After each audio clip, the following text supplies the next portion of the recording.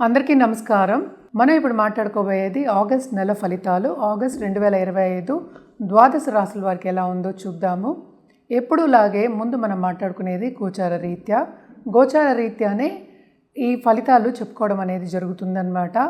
So ఏ గ్రహాలు ఏ రాశిలో ఉన్నాయో చూద్దాం ఫస్ట్.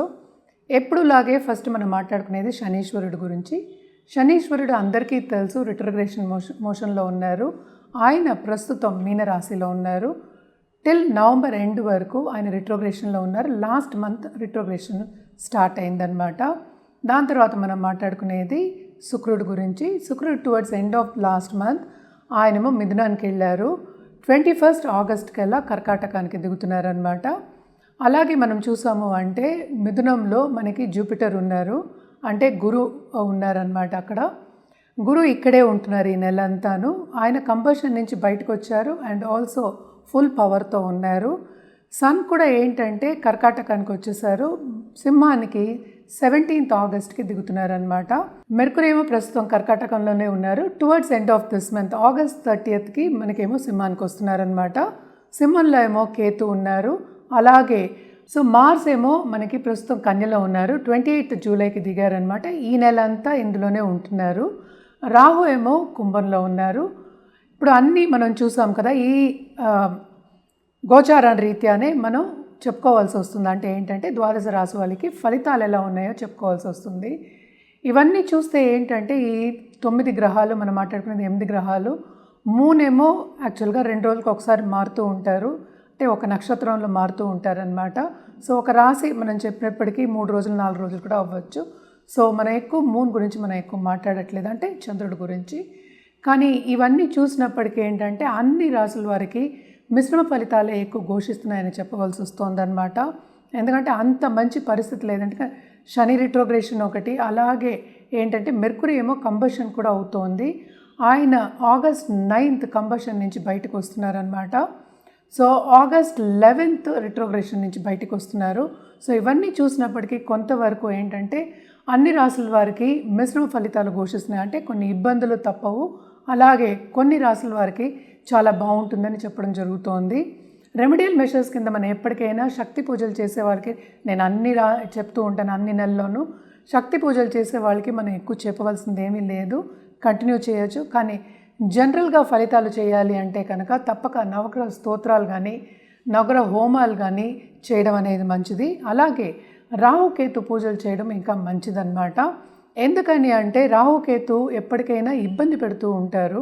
సో తప్పక చేయడం మంచిది. అంటే ఏంటి, పూర్వీకులకు చేసినట్టు కూడా ఉంటుంది కనుక తప్పక రాహుకేతు పూజలు, శాంతి పూజలు చేయడం అనేది చాలా మంచిది. అలాగే చాలామంది పిల్లల గురించి ఇబ్బంది పడుతూ ఉంటారు, వాళ్ళందరికీ కూడా చాలా బాగుంటుంది.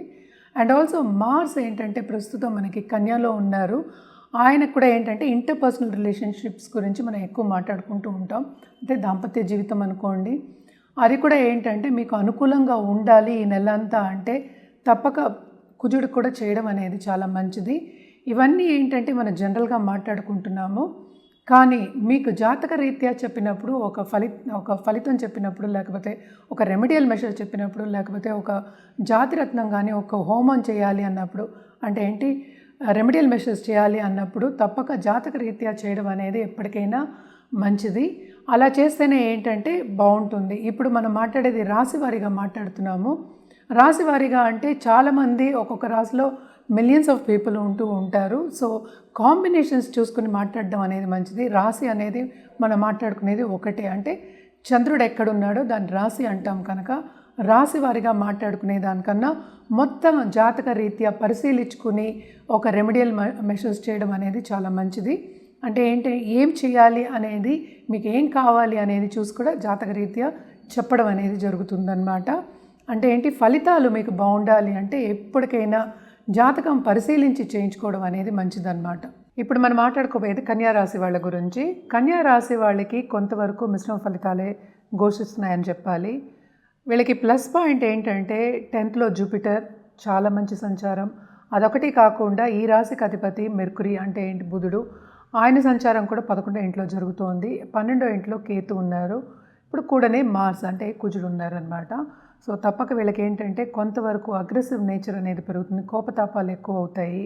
అండ్ ఆల్సో మనకేంటంటే తొందరగా పనులు చేయాలి అనే ఒక ధ్యాస అనేది ఉంటుంది. గోల్ కూడా మన అనుకున్న గోల్ కానీ మన అనుకున్న పని కానీ తొందరగా చేయాలి అనే తొందరపాటు ఉంటుందన్నమాట. సో వీళ్ళకి సూచన ఏంటంటే తొందరపాటు నిర్ణయాలు తీసుకోవద్దు అనేది వీళ్ళకి సూచన. అదొకటి కాకుండా కోపతాపాలకి ఎక్కువ వెళ్ళొద్దు, కొంతవరకు పేషెన్స్గా ఉండడం అనేది వెరీ ఇంపార్టెంట్ కన్యా రాశి వాళ్ళకి. అదొకటి కాకుండా మనకి తెలుసు 7th హౌస్లో శని సంచారం జరుగుతోంది. ఆయన 6th లార్డ్ కూడా అయ్యారు. సో తప్పక ఎక్కువ కోపతాపాలు ఉండి ఎక్కువ ఆర్గ్యుమెంట్స్ అయితే కనుక పై వాళ్ళకి కానీ లేకపోతే మన కొలీగ్స్తో కానీ సపోర్ట్ సిస్టమ్ అనేది కొంచెం తగ్గుతుంది. సో మనం చేసే పనిలో అడ్డంగాలు అనేవి కొన్ని ఎక్కువ అవుతాయి అన్నమాట. వీళ్ళకి కెరియర్ పాత్ మాత్రం చాలా బాగుంది. వీళ్ళు చేసే పనిలో బాధ్యతలు ఎక్కువ అయినప్పటికీ వీళ్ళకి కొంతవరకు రాబడి వచ్చే ఛాన్సెస్ ఎక్కువ కనిపిస్తున్నాయి. అలాగే కెరియర్ పాత్లో మంచి ఆపర్చునిటీస్ వచ్చే ఛాన్సెస్ కూడా ఎక్కువ కనిపిస్తున్నాయి.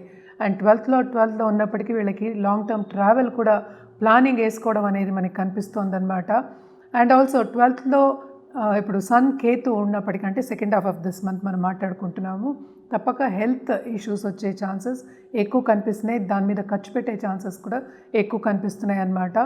అలాగే ఈ రాశిలో ఉన్న వాళ్ళ స్టూడెంట్స్ వస్తే కనుక శ్రమకి తగిన ఫలితం అనేది వీళ్ళకి తప్పక దొరుకుతుంది. అండ్ ఆల్సో దూరపు దేశం వెళ్ళి వాళ్ళు సెటిల్ అవ్వాలి అనుకున్న వాళ్ళందరికీ కొంతవరకు బాగానే ఉంటుందన్నమాట. ఎందుకంటే మనం చూసాము అంటే మనకి 6th రాహు ఉన్నాడు. సో లాంగ్ డిస్టెన్స్ ట్రావెల్, అలాగే ఫారిన్ టచ్ రావడం, అలాగే ఏంటంటే వెళ్ళడం, అక్కడ సెటిల్ అవ్వడం, ఇవన్నీ జరిగే ఛాన్సెస్ ఉన్నాయి.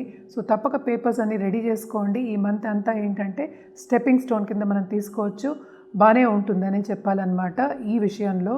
అలాగే పిల్లలు కావాలి అనుకున్న వాళ్ళందరికీ కొంతవరకు, అంటే కొత్తగా పెళ్ళైన వాళ్ళు ఉంటారు, అలాగే లాంగ్ టర్మ్గా పిల్లలు కావాలి అనుకుని ఆలోచించే వాళ్ళు ఉంటారు. వాళ్ళందరికీ కొంతవరకు ఏంటంటే ఈ మంత్ అంతా బాగుండదు అనేది సూచన అనమాట. 10th జూపిటర్ ఉన్నప్పటికీ కెరియర్ పాత్ చాలా బాగుంది. అండ్ ఆల్సో ముందుకెళ్ళేది కెరియర్ దాంట్లో వాళ్ళు చేసే పనిలో ముందుకెళ్ళేది మనకి కనిపిస్తోంది. అదొకటి కాకుండా ప్రమోషన్స్ వచ్చే ఛాన్సెస్, అలాగే ఏంటంటే వాళ్ళకి ఇంక్రిమెంట్ వచ్చే ఛాన్సెస్ మనకి ఎక్కువ కనిపిస్తుంది. అలాగే కొత్త ఉద్యోగ రీత్యా మారడం, అంటే ఒక ప్లేస్ నుంచి ఇంకో ప్లేస్కి వెళ్ళడాలు, ఇవన్నీ మనకి కనిపిస్తున్నాయి అన్నమాట. శ్రమ అయితే కొంతవరకు అధికంగానే కనిపిస్తోంది. అండ్ ఆల్సో బిజినెస్ పీపుల్కి కొంతవరకు ఏంటంటే కాంపిటీటర్స్ ఎక్కువ అవుతారు. అండ్ ఆల్సో వాళ్ళకన్నా వీళ్ళు కొంచెం తగ్గే ఛాన్సెస్ కనిపిస్తున్నాయి అన్నమాట. అండ్ ఆల్సో కొత్త పార్ట్నర్స్ వచ్చే ఛాన్సెస్ కూడా కనిపిస్తున్నాయి. కానీ పార్ట్నర్స్తో కొంతవరకు ఇబ్బందులు వచ్చే ఛాన్సెస్ కూడా మనకు కనిపిస్తున్నాయి, ఎస్పెషలీ ఏంటంటే ఫైనాన్షియల్ విషయంలో అన్నమాట. సో కొంతవరకు జాగ్రత్తగా ఉండడం అనేది మంచిది.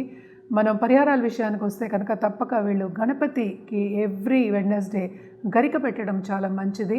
అండ్ ఆల్సో హనుమాన్ చాలీసా నిత్యం చదువుకోవడం మంచిది. ఎందుకంటే శని 7th మనం చెప్తూనే ఉన్నాం, రిట్రోగ్రేషన్ మోషన్లో ఉన్నారు, కూడానే మార్స్ ఉన్నారు, అంటే పరస్పర వీక్షణ ఉంది మార్స్కి శనికి ప్రస్తుతం. సో కొంతవరకు వీళ్ళకి ఏంటంటే ఇబ్బందులు, అటు అగ్రెసివ్ నేచర్ ఉంటుంది, అట్ ద సేమ్ టైం పని చేయకపోవడం అనేది ఉంటుంది. సో ప్రెషర్ అనేది ఎక్కువ ఉంటుంది, యాంగ్జైటీకి గురయ్యే ఛాన్సెస్ ఎక్కువ కనిపిస్తున్నాయి. సో తప్పక ఈ పరిహారాలన్నీ చేసుకోండి మంచిది. అండ్ ఆల్సో ఇందాక చెప్పినట్టు హనుమాన్ చాలీసా చదవడం చాలా చాలా మంచిది, నిత్యం చదువుకోండి మంచిది.